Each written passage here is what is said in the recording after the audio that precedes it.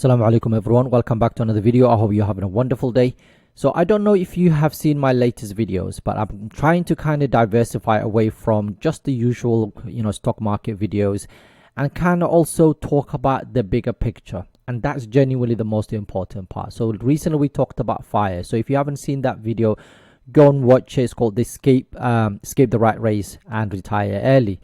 And yesterday's video we talked about the dividend snowball, how important that is and how important it is to actually basically buy high quality businesses and then keep them for a very long time. Now, I had a conversation with a brother last night and we were just talking about these kind of things that I've been doing lately. And I just said to him, you know what? I don't really care about anything else. For me, it's not about just the money. It's the freedom that gives you.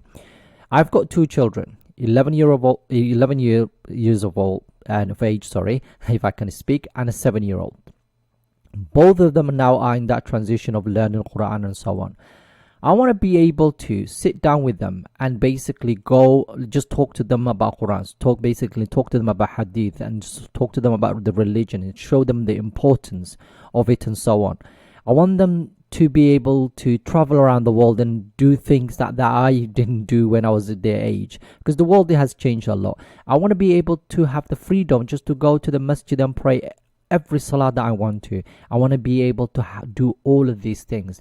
It's not just about the money, it's the freedom that it gives you. And I hope that's basically what's driving you, because that, to me, that's the most important part. It's not if you had £1 million right now and you don't have time, it means absolutely nothing. And I'm not a greedy person. I'm genuinely looking for enough income to be able to pay off my bills so I can do these basic things, because only Allah subhanahu wa ta'ala knows how long we're going to be in this world, right? And sooner or later we will basically leave this place. So we want to do what we can while we're still here to help our families and friends and pay zakah, pay charity, help others, do the things that basically makes us, good humans. Because the world right now is absolutely a mad place. Subhanallah, the stuff that's happening when you watch the news and everything else, my heart breaks every single day. And all I want to do is just to hopefully build a, financial, generational wealth, if you like, for my children, so they don't have to go through the things that I went through as a kid and so on. So in the long run, that's what we're trying to do. How do we get there is basically what I'm trying to do. I'm actually documenting my journey with you guys. So if you're interested in this journey, join us, of course, and learn with me. And I'm not just saying I'm a guru, I'm learning on the job. Some days I'll make mistakes and I will continue to make those mistakes because I am human. So join us in the journey if you're really interested in this. If you're interested, of course, join us in this journey by coming on basically on the Discord, where a lot of the brothers are actually sharing good practices and so on. It will cost you about 15p per day, and I promise you probably get a lot out of that, inshallah. And if you first month, you feel like I'm not getting anything out of it, then leave. Do something else, inshallah. So in the long run, this is what we're trying to do. So we talked about the dividend snowball last video. What I want to do today is show you some of the companies, okay, that could potentially get you there, because the snowball effect is just this idea of buying high quality businesses, holding them for a long time, getting that dividend, reinvesting that dividend as it goes down that snowball goes down that hill, it actually picks up more snow and the more momentum, and by the time in 10-15 years down the line, it's actually your yield and cost will be way higher than when you started. And that's the whole basically purpose of this whole thing. And what I would like to do today is share with you guys 10 companies that can potentially get you there. 10 companies that have done it before and could potentially continue to do this. Okay, and that's what we're going to do. So every single company in this that I'm going to talk about today has dividend increase over the last 10 years of 9+%. And they've increased that dividend for 13 plus years. Some of them have been increasing this over 50 years. So let's get started, because I don't want to make the video any longer than it needs to be. So I'll summarize some of these things because we've talked about some of these companies before. Now, the first one is Broadcom. Broadcom's been around for quite some time. It's a semiconductor company. It has been paying dividend for quite some time now, and it has been paying excellent dividend. It only has a 46% payout ratio, which means they can increase that dividend. So they're based on their net income, they only spending about 46% of that net income to pay as that dividend. And the latest increase was 14%. When was the last time you got 14% increase within your salary? Right? When was the last company your boss said, you know what, we're going to give you 14% salary and basically increase? It never happens. But if you invest in these high quality businesses, that's what you expect. It might be small, of course, right? But 14% increase, that's absolutely amazing. And they've done that for the last 5 years. They've increased that dividend for 19%, which is absolutely wonderful. And they've been doing this for 13 years. So 13 years of increasing that dividend without a stop. Okay, I'm going to skip the rest of them because you can just quickly pause the video and read it. But what I want to focus on is the payout is good. So $21, that's what you will get. Free cash flow is the next part that I want to focus on. And that's about $18 billion. So they have $18 billion that they can buy back their own shares. They can reinvest in the business. They can you can pay you dividends as well as paying off any debt and so on. Okay, so they can do a lot with that money. But it's wonderful to see that they've got basically a nice cash basically in their accounts right now. Total return the last 10 years, we're looking at about 36%. So this gives us an idea where the company has been. So if you hold this business for the last 10 years, you can be averaging 36% every year, which is wonderful to see. Growth estimate for the next year and basically next 5 years is actually decent. Right now it's quite expensive, but I will say it's a wonderful business to own for long-term investors. I'm not saying buy them now, but put it in your watch list if you're interested in this company and do the research. Another one that's basically been around for a very long time is Apple Laboratories, and this is a pharmaceutical company. It has 182 billion market cap, and as you can see here, when it comes to dividend yield of 2% and the 5-year growth rate of basically 12% and dividend streak of 52 years. So what that means is if this company, if a company is in the S&P 500 and they have increased their dividend over 25 years, they become dividend aristocrat. If they increase that over 50 years, they become a dividend king. So this company is a dividend king. That means for 50 years, they increased it every single year, whether we had a wars, recessions, financial crisis, in the dot-com bubble, whatever we went through, this company increased it. Why did they do that? Because they had the cash. They mature company. They make basically all these drugs. They basically make a lot of profit, and that profit generates that net income at the end, and then free cash flow, then lying around. What do? They give it back to their basic shareholders, which is wonderful to see. And as you can see, they've got closer to $5 billion of free cash flow right now.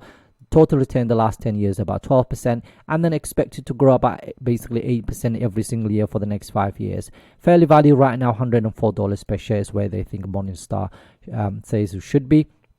Next one is Illinois Toolworks. This is one of the industrial companies. It's been around for a donkey years, 75 billion market cap.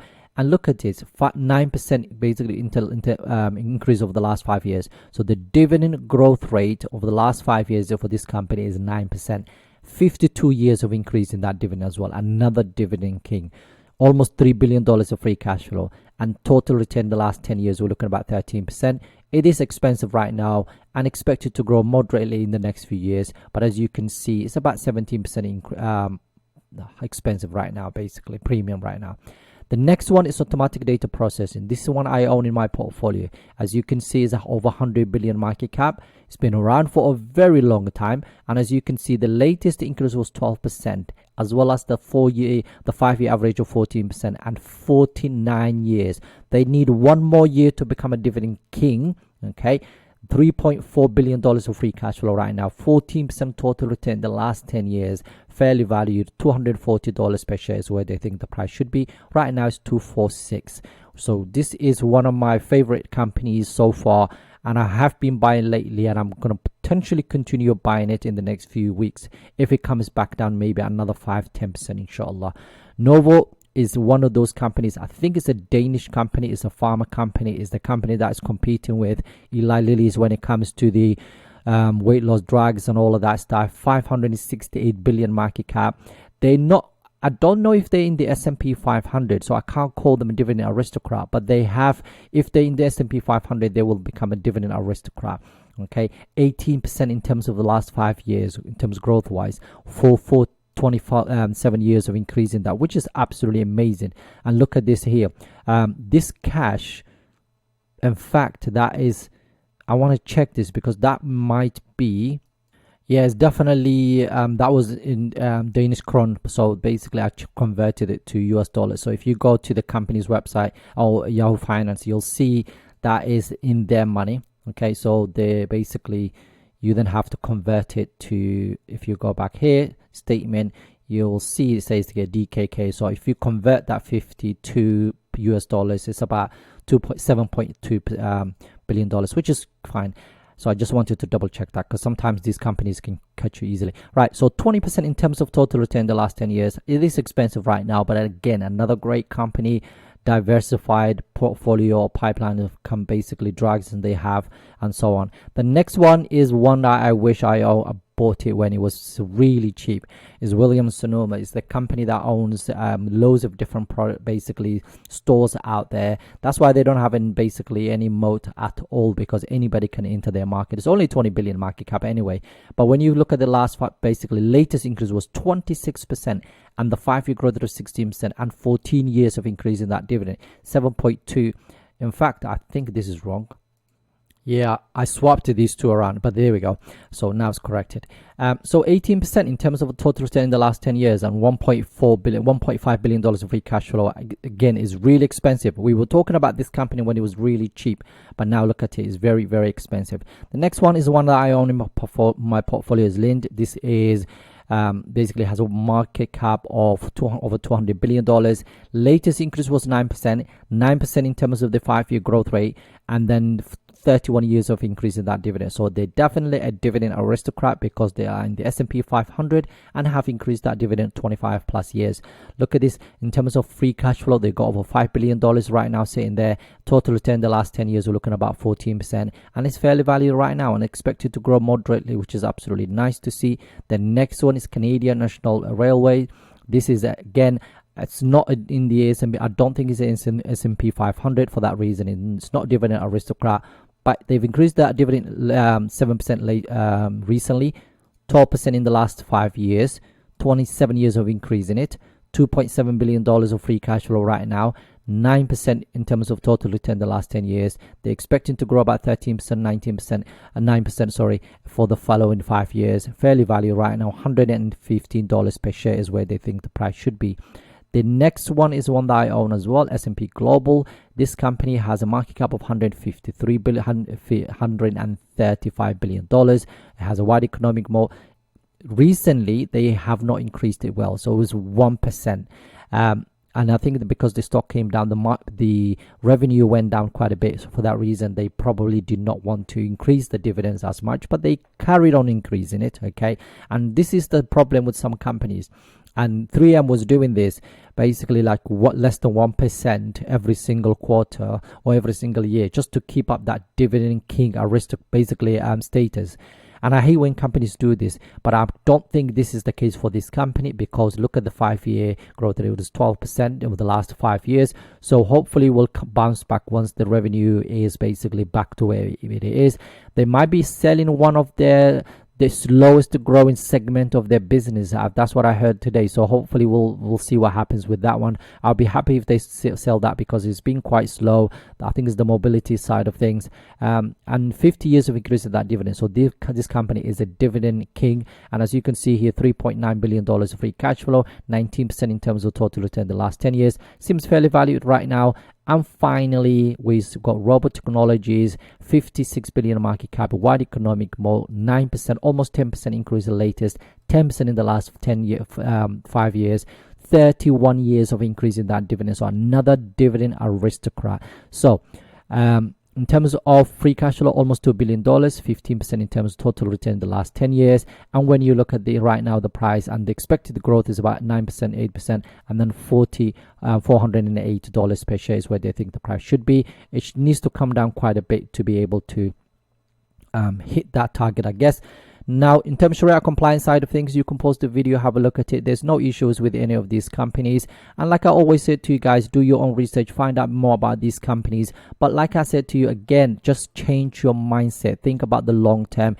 Do have some high quality companies in your portfolio. Maybe those high growth businesses, that's okay, but at least at the same time you focus on more on these kind of mature companies that have been around for a very long time, kind of predicted income and so on, and then just focus on that, focus on that in the next 5 to 10 years, and just focus on minimum of 5 years.